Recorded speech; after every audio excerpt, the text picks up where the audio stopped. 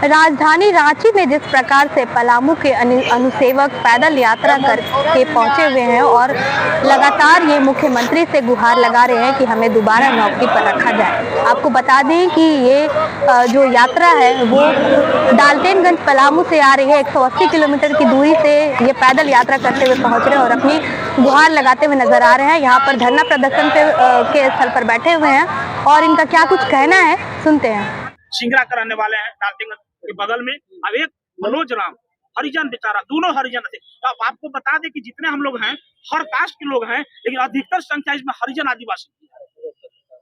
अब हम ये भी मांग करते हैं मुख्यमंत्री महोदय से कि अगर आज शिबू सोरेन जी जिंदा होते, उनके पिता जिंदा होते तो ऐसा देखने का स्थिति नहीं मिलता। हम बस मुख्यमंत्री से यही मांग करेंगे कि हम लोग को दुखड़ा सुना जाए। आखिर क्या करेंगे कि हम लोग की आवाज उनके कानों तक जाएगा।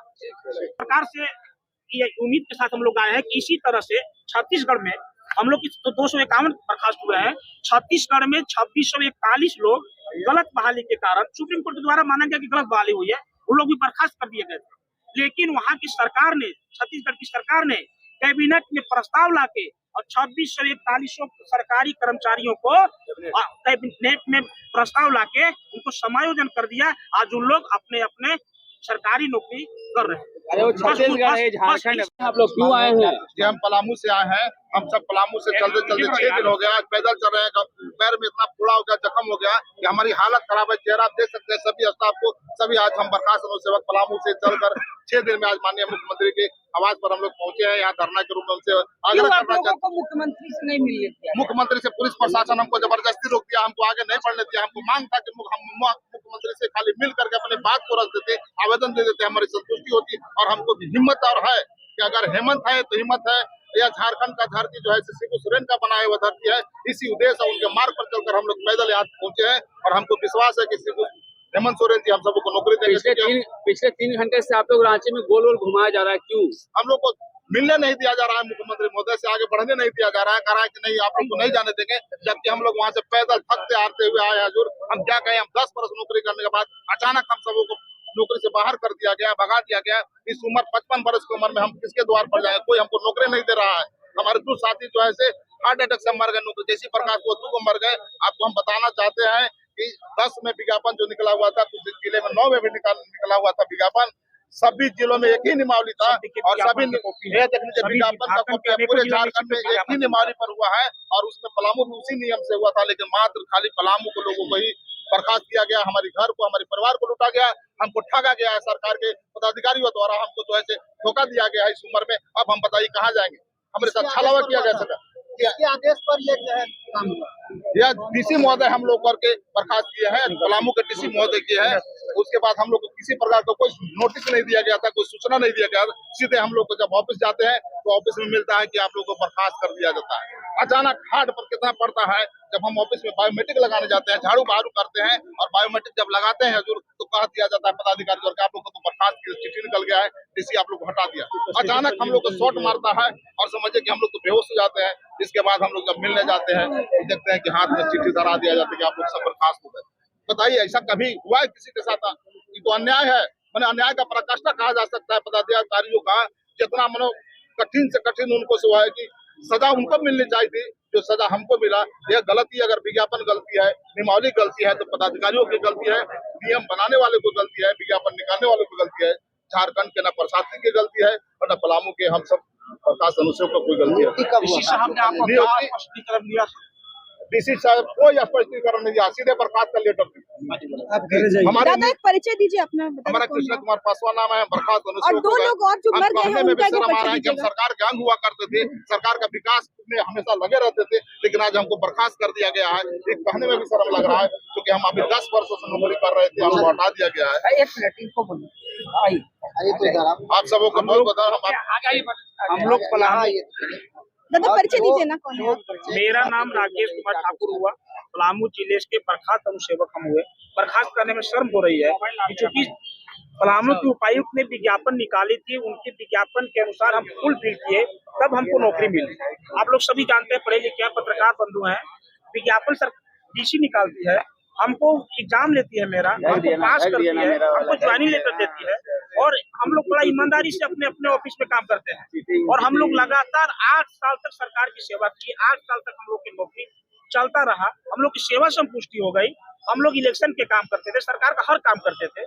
अचानक कोई सुप्रीम कोर्ट का कोई टेक्निकल कारण से कुछ आ जाता है और डीसी का एक लेटर निकल जाता है कि जितने भी अनुसेवक थे पलामू जिले में 251 लोग बर्खास्त कर दिए गए एक झटके में।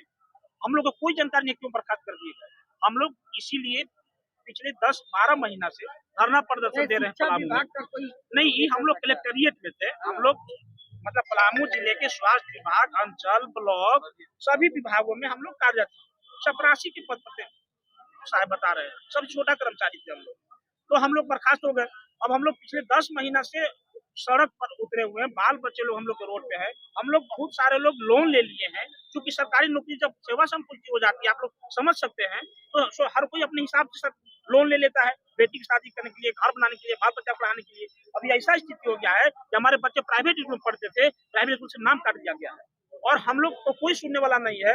इसलिए हम लोग सोचे कि हम लोग के प्रदेश के मुख्यमंत्री है, उनका नारा है कि हेमंत है तो हिम्मत है। उसी हिम्मत के साथ हम लोग बहुत बड़ा हिम्मत किए कि पलामू से रांची 180 किलोमीटर पांव पैदल न्याय पद यात्रा, हमारा बैनर पोस्टर में देख लीजिए, न्याय पद यात्रा हम लोग निकाले।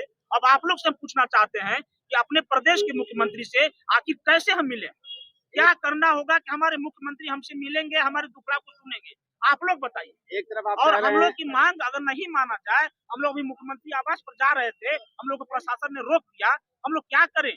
अगर हम लोग से मुख्यमंत्री साहब नहीं मिलेंगे, हमारी बातों को नहीं सुनेंगे, तो हम लोग इच्छा मृत्यु की मांग करेंगे, राज्यपाल से, मुख्यमंत्री से और या प्रधानमंत्री से। क्या हम लोग इच्छा मृत्यु के अलावा कुछ नहीं बचा हुआ है? आप लोग बोलिए। हम लोग 251 है, पलामू जिला के पूरे अनुसेवक लोग। अच्छा, एक चीज और हम बताना चाहेंगे कि झारखंड प्रदेश में एक ही नियमावली के तहत पूरे जिला में बहाली हुई अनुसेवक। अभी मान लीजिए कि रांची जिला के जो अनुसेवक होंगे, जो ब्लॉक में काम कर रहे होंगे, हॉस्टल में काम कर रहे होंगे, अंचल में काम कर रहे होंगे, इसी नियमावली के तहत उनकी भी नौकरी हुई है। बोकारो में मैंने झारखंड प्रदेश के 24 जिला में एक ही नियमावली से बहाली हुई है। उसी नियमावली में हमारा होता है कि तुम्हारा नियमावली गलत था, विज्ञापन गलत था, तुम बर्खास्त कर दिए गए, बाकी लोग क्यों काम कर रहे हैं? अगर हम लोग की मांग नहीं माना गया तो हम लोग भी आगे कदम उठाएंगे और झारखंड में बहुत बड़ा झटका आने वाला है। लगभग 6000 से 7000 अनुसेवक हमारे ही तरह उन लोग भी रोड छाप हो जाएंगे। सामान लेके आए, कब तक रुकने का प्लान है यार?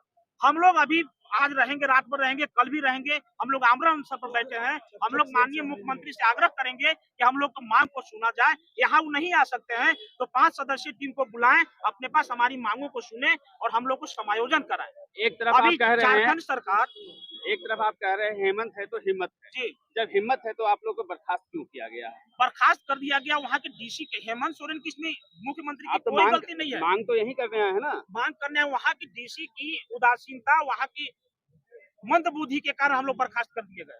सुप्रीम कोर्ट का अगर कोई आदेश आया भी था डीसी उपायुक्त पलामू के पास, उन्होंने मार्गदर्शन मांग सकता था, एजी से कोर्ट में मार्गदर्शन मांगता, चीफ सेक्रेटरी से मार्गदर्शन मांगता, अपना रिव्यू फाइल करना चाहिए था कि ठीक है सरकार हमको बहाल किया उपायुक्त पर ना सुप्रीम कोर्ट प्रश्न चिन्ह उठाया, तो रिव्यू में जाता कि हम गलत नहीं किए, हम सही किए हैं।